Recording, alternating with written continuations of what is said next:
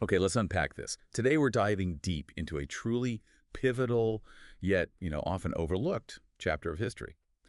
Belgium's century-long colonial rule in the Congo. Mm, When you picture Belgium, you might imagine, I don't know, a small, tranquil European nation, perhaps famous for its chocolate waffles. right, exactly. Picturesque cities. Yeah, beautiful historic cities. But then you juxtapose that image with the immense scale of suffering and just relentless resource extraction that unfolded in this vast African country it once controlled. Yeah. And you begin to grasp the stark contrast, right? That's really at the heart of our story today. It's such a period. It offers a compelling and frankly often disturbing case study into the precise mechanics of colonialism. Hmm. It really reveals the intricate tools and, well, the brutal methods employed by European powers across Africa in the 19th and 20th centuries. And not just the how, but the legacy, right? More critically, yes, it highlights how the echoes of those actions resonate powerfully even today. They shape modern geopolitical landscapes, ongoing humanitarian crises. Mm. This wasn't merely about planting flags and drawing lines on a map. It was about establishing and maintaining a really deeply ingrained system of control. And it was designed for exploitation.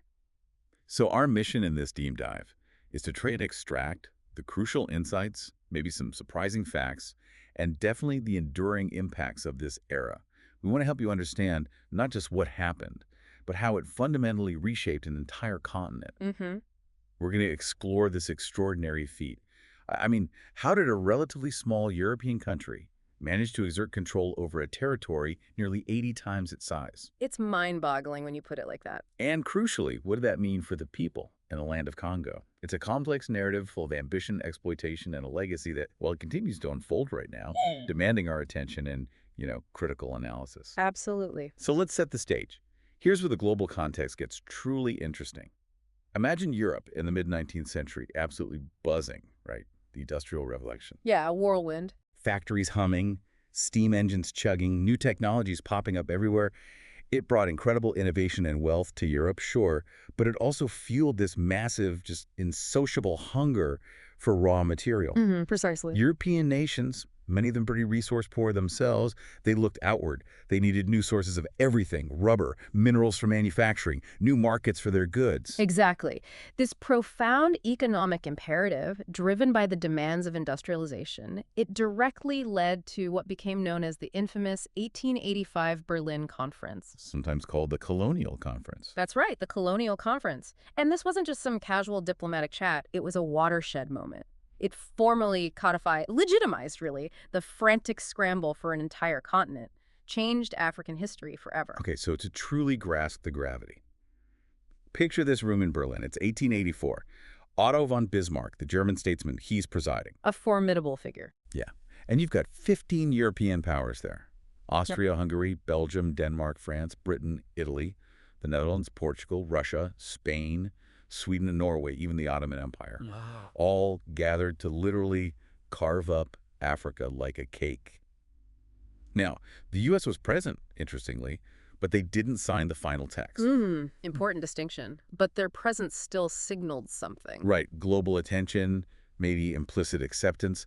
The rules they laid down, supposedly to prevent conflict among themselves, became the legal framework for devastating an entire continent. What's truly astonishing here, when you think about it, is the sheer audacity, the ethnocentricity of it. Totally. These European powers unilaterally divided an entire continent, drawing arbitrary lines on maps based primarily on, well, commercial principles, strategic access to rivers, desire for raw materials. And zero regard for who actually lived there. Little to none, no regard for existing societies, the complex ethnic and linguistic groups who'd lived there for centuries, or even the actual geographical realities. And the result? Profoundly devastating. Almost all of Africa fell under direct colonial rule. Only two nations, Ethiopia and Liberia, managed to hold on to their independence, just stark, isolated exceptions. And in this unprecedented partitioning, a colossal territory, the vast Congo region, gets handed over officially to one person, Belgium's King Leopold II. Not even the Belgian state, initially. No. He didn't claim it for Belgium at first. In a move that apparently shocked even some of his contemporaries, he declared it his personal property. His personal fiefdom. Right, naming it the Free Congo State. I mean, the irony. Unbelievable irony. This was truly unprecedented in modern colonial history. A single European monarch getting absolute control over a territory nearly the size of Western Europe, an empire unto itself. Which brings up the big question. Why Belgium? Exactly. Why Belgium? At the time, Belgium was a relatively young nation, right? Independent only since 1830. Basically created as a buffer state. Pretty much, yeah. Created from regional principalities. Its first king, Leopold I, was even, imported from Britain in 1831. So this artificial state, still kind of in its childhood phase of nation building, with its own internal Flemish Walloon divisions, suddenly gains control of this territory vastly larger than itself, it seems. Counterintuitive. It really does. The prevailing view, and it's a really insightful one, I think, is that the major European powers, Britain, France, Germany, they saw Belgium as, well, weak. Militarily non-threatening. Exactly. So they essentially deputized Belgium to carry out colonial activities that served broader European economic interests. Ah, like a proxy. Yeah, without sparking a direct, potentially costly war among themselves for the Congo's resources. So it wasn't about Belgium's strength, but its weakness, its malleability. That seems to be the thinking. Leopold II, personally very ambitious, was seen as capable of managing it, but ultimately, controllable by the bigger players. A convenient arrangement. They get the benefits indirectly without the risks. Exactly. And just to grasp the sheer scale of this imbalance, Belgium, maybe 30,000 square kilometers, population around 10 million today. Right. The Democratic Republic of Congo, the DRC, spans a staggering 2,345,000 square kilometers. That's nearly 80 times larger. 80 times. And at the time of colonization, the DRC's population was maybe 20 million people, roughly 6 times Belgium's population back then. Wow. This massive disparity, it just underlines the extraordinary extent of the colonial ambition and, crucially, the brutal, highly centralized methods they had to use to maintain control. With such a tiny administrative presence, relatively speaking. Exactly. The fact that Belgium, with its own internal divisions, Flemish, Walloon, German languages, the fact they managed this is truly remarkable. It speaks volumes about colonial power, projection violence, systematic exploitation. So as these European powers, Belgium included, spread across Africa, they often claimed they were on a civilizing mission. Ah, yes, the magic word, civilization. It sounds noble, doesn't it? Dictionary definition talks about highly developed, organized human society. Civilizing implies educating, advancing progress. If you connect it to the bigger picture, yeah, the narrative suggests benevolent aid, a helping hand to lift up supposedly primitive societies.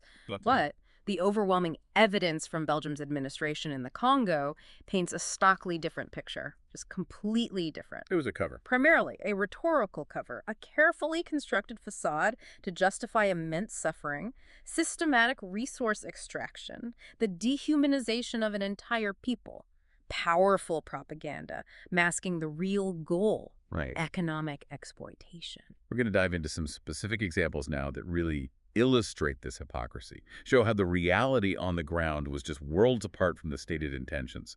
Let's start with education. A fundamental pillar of any real civilizing effort, you'd think. You would think.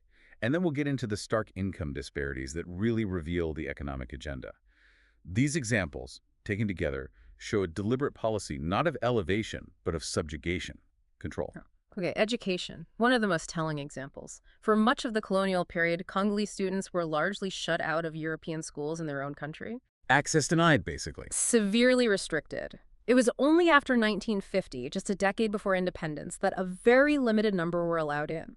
And even then, They faced huge hurdles. They had to pass special commissions just to get entry. This wasn't an open path to advancement. It was tightly controlled, almost exclusionary, designed to limit upward mobility, maintain the hierarchy. and inside the schools, it gets worse. Oh, it does. Even within these highly selective schools, African students faced overt discrimination, policies that reinforced their subordinate status. Like what? Humiliation for arbitrary reasons, like lack of hygiene. Summary expulsions were common. Educational institutions became instruments of social control, racial subjugation, not enlightenment. So not about fostering development. No, it was about maintaining a clear racial and social hierarchy, ensuring Congolese people stayed subservient, couldn't challenge colonial authority. And this educational inequality had direct economic consequences, right? Right. Created a rigid class structure. Absolutely. Without access to higher education or specialized training, Congolese citizens simply couldn't qualify for the well-paying governmental or professional jobs. Reserved for European. Well, almost exclusively. So they were largely confined to low-skilled labor, often in the brutal mines controlled by European companies, or maybe low-ranking civil servants under European managers.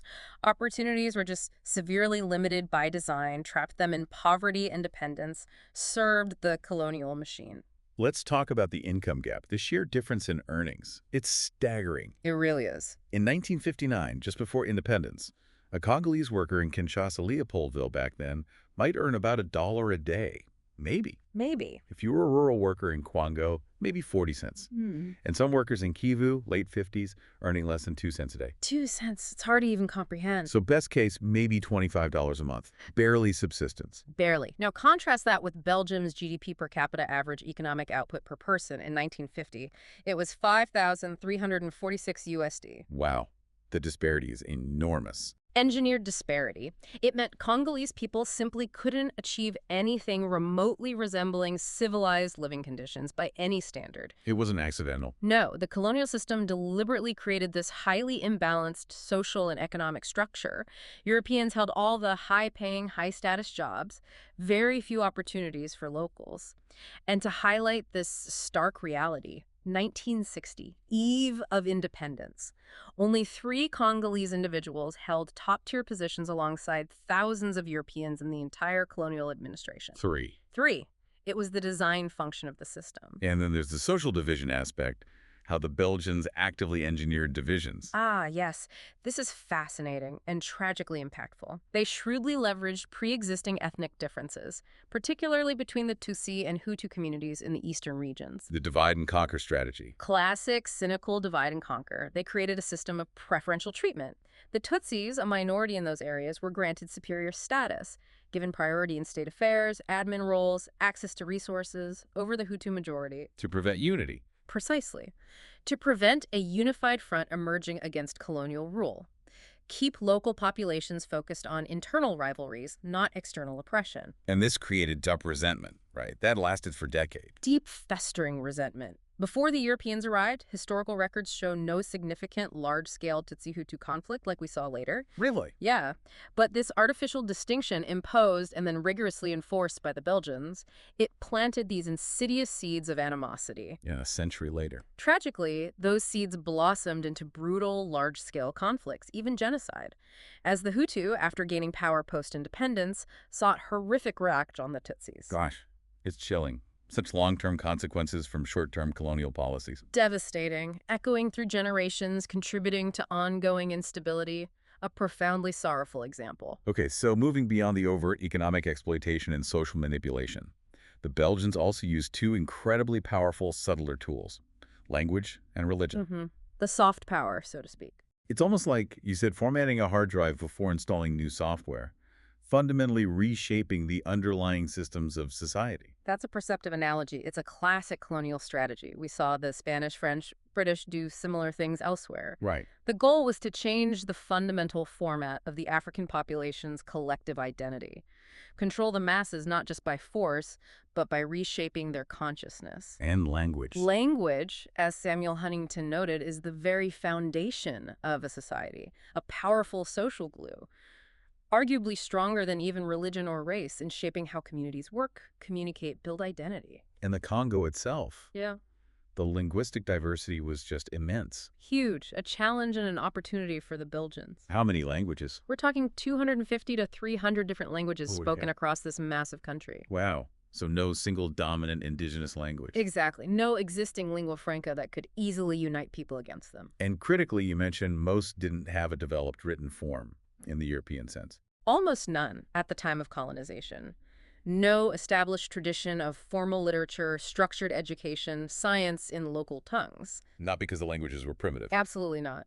Many were orally complex, incredibly rich. It was just that Congolese leaders hadn't adapted them to modern institutional structures in a way that could compete with, say, French. Which came with centuries of administrative and academic baggage, basically. Precisely. Highly structured, institutional. So into this rich but largely unwritten linguistic landscape comes French. And the Belgian administration had a clear policy. Very clear. Rooted in the 1908 colonial treaty. Avoid multilingualism if possible. If not, establish a strict hierarchy.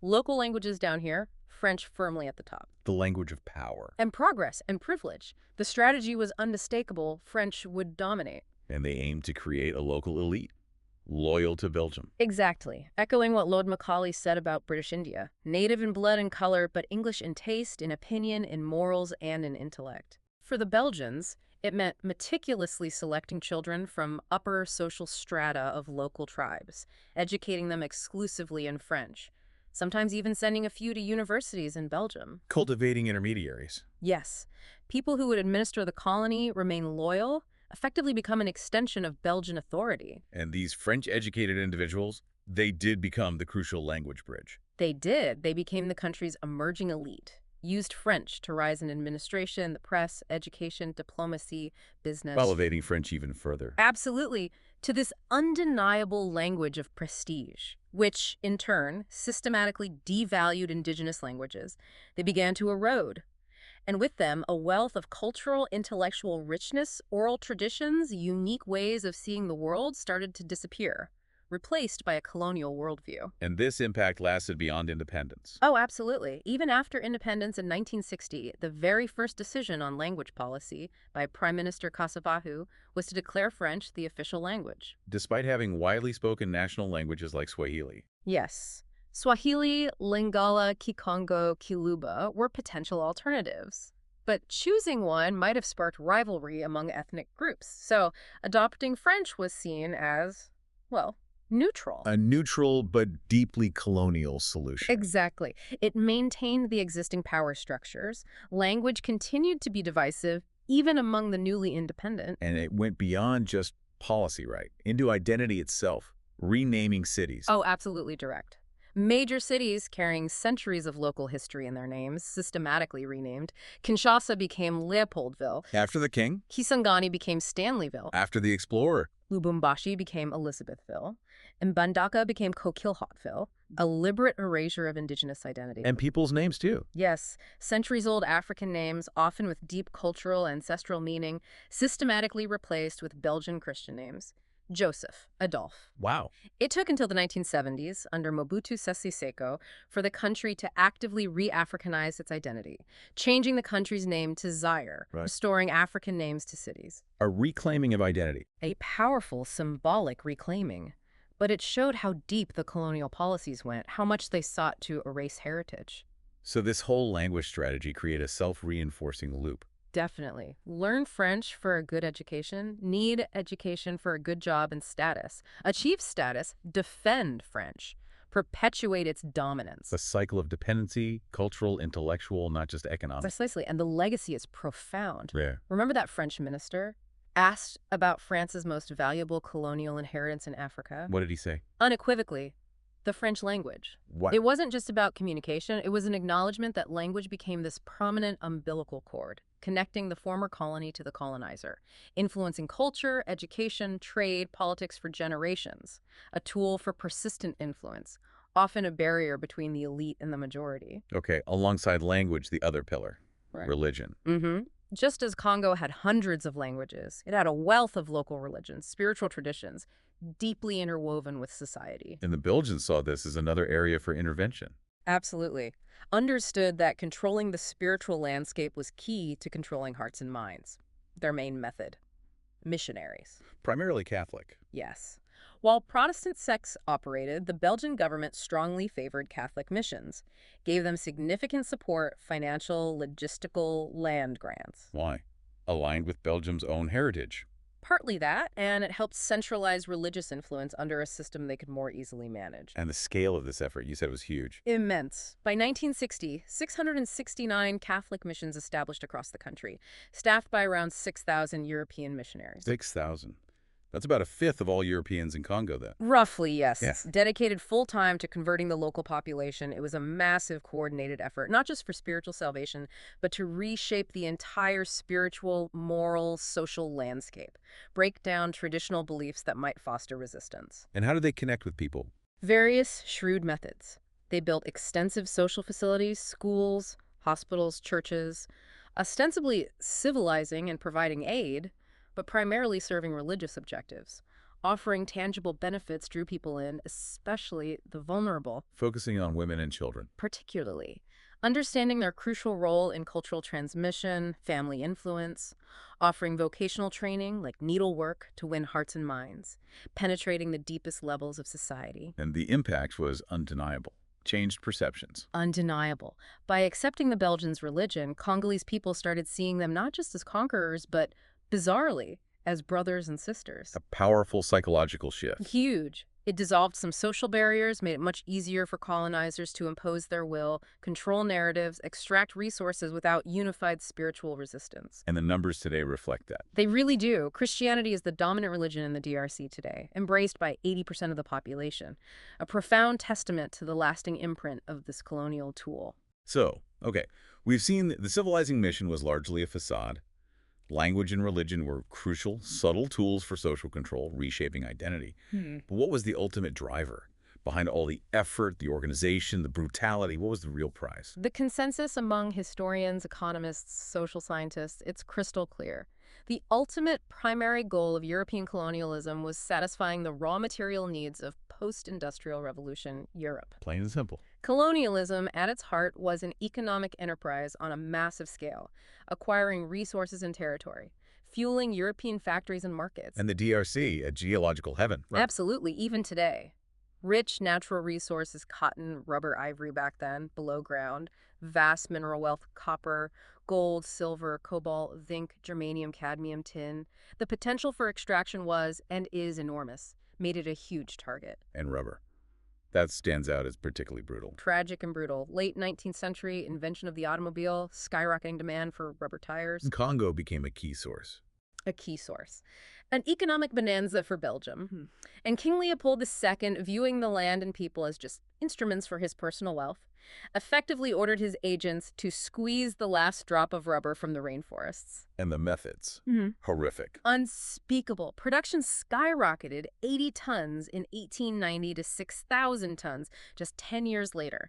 A hundredfold increase. Impossible quota. Impossible quotas. And when Congolese farmers and villages couldn't meet them, Leopold's private army, the force public, His personal militia. brutal, privately controlled, mostly forced Congolese recruits under European officers, inflicted terrible atrocities, widespread rape, severe floggings, and the systematic severing of hands and limbs as punishment. Mutilation is policy. A regime of terror to maximize output at any human cost. And Leopold, he got rich. Amassed an unthinkable personal fortune. Used it to fund massive construction projects back in Belgium, the Cinquantenaire Arch, the Royal Palace in Laeken, public works. Beautifying his nation with blood money. Literally extracted through unimaginable suffering. Meanwhile, in the Congo, historians estimate between 1885 and 1908, half the population, maybe 10 million people, were killed. 10 million. Due to the rubber production demands, the famine, disease, the direct atrocities, the sheer scale is hard to fathom. International outrage, spurred by people like Roger Casement, eventually forced Leopold to hand Congo over to the Belgian state in 1908. But the exploitation didn't stop. No, it just continued under a different guise. And this exploitation continued long after rubber, adapting to global needs, like cobalt. Absolutely. In 1959, DRC produced 8,500 tons of cobalt out of a global total of 15,000, a critical player. Yeah. And it still holds the world's largest reserves today. Still strategically vital. Hugely, especially later, post-WWII with the aviation boom, the Cold War.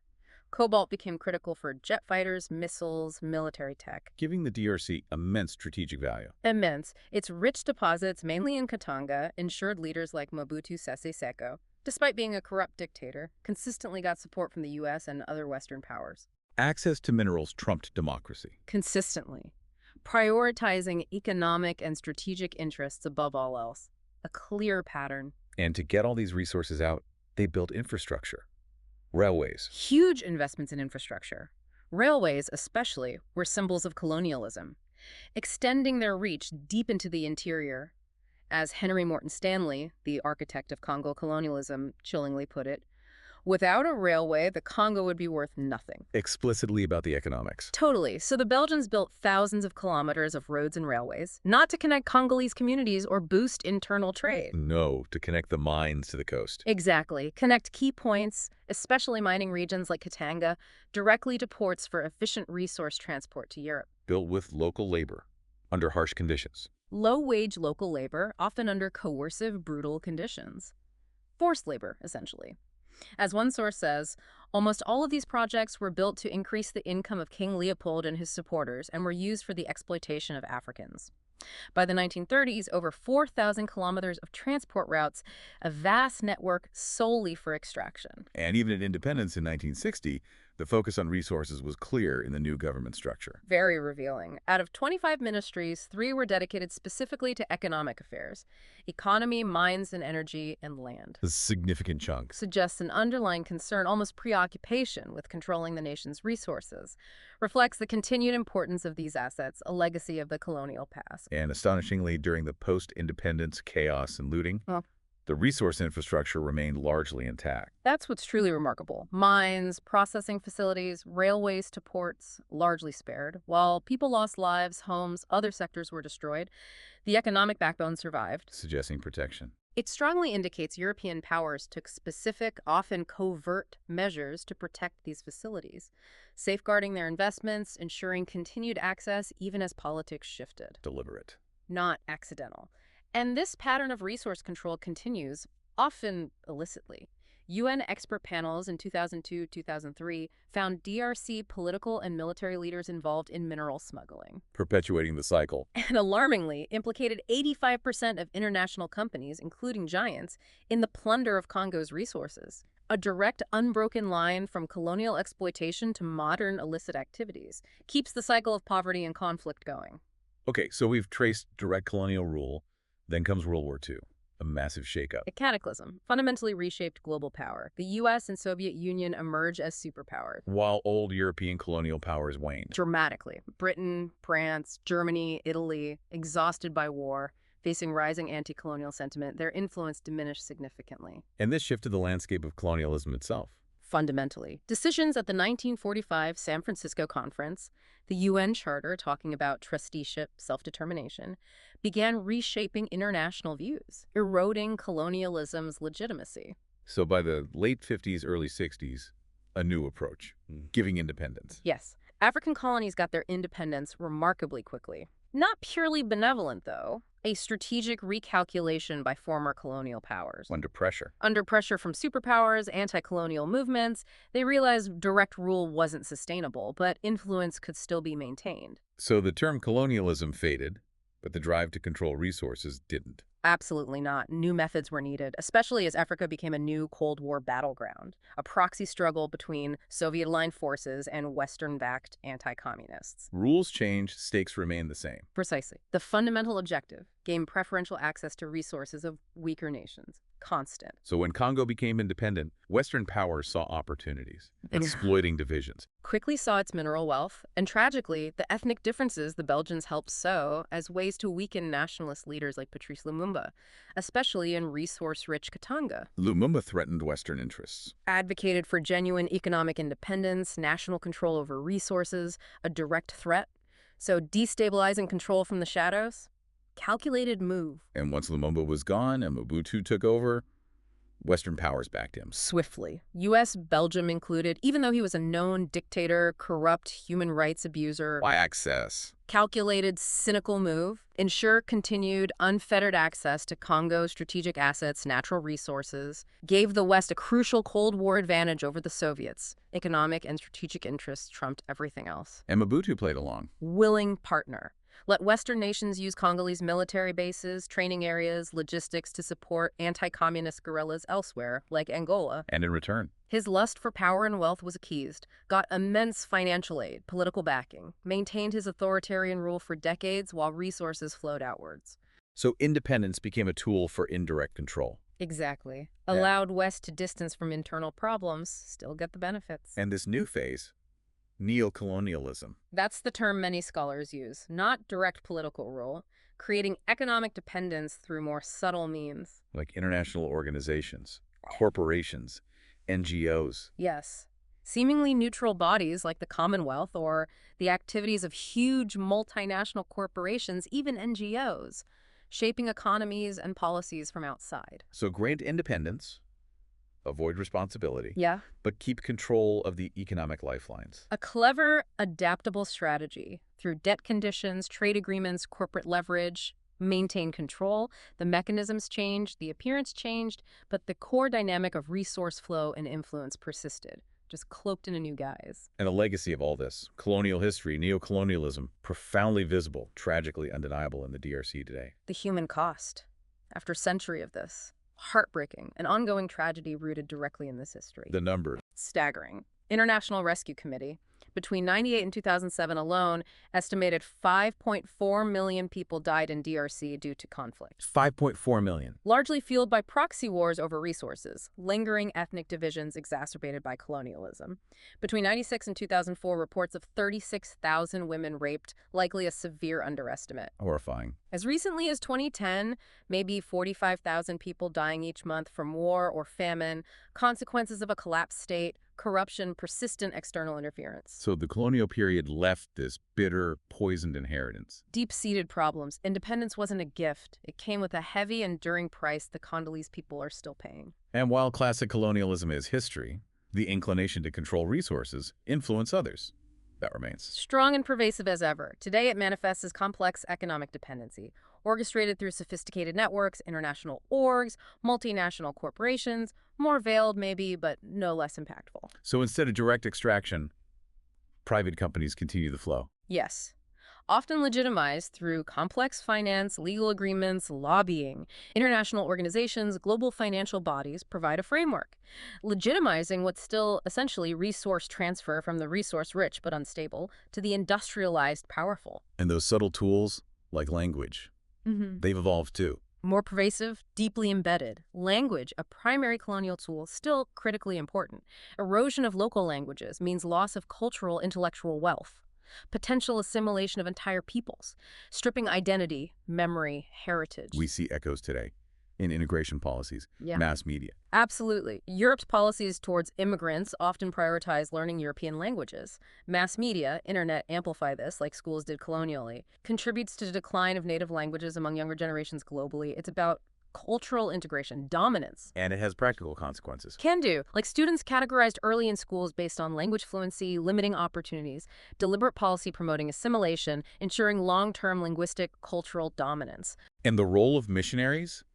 Diminished, but maybe replaced by NGOs. Often filled by thousands of NGOs, engaging in a wide range of activities, acting with significant freedom, influencing development, social structures, local politics, sometimes unintentionally furthering external interests. Plus mass communication tools, internet, TV. Huge influence now, shaping populations to align with desired policies, guiding public opinion, cultural norms, amplifying the reach and impact of language and religious influence in ways unimaginable a century ago, creating a globalized cultural, economic landscape still reflecting historical power imbalances. So what does this all mean for us, the listener, for understanding today's world? Well, this deep dive shows us unequivocally that countries unable to forge strong internal unity, regardless of size, resource wealth, nominal independence, remain incredibly fragile. A small ripple can threaten their integrity. Exactly. External influence, internal division, economic pressure can lead to decades of instability, immense suffering. And in places like Congo,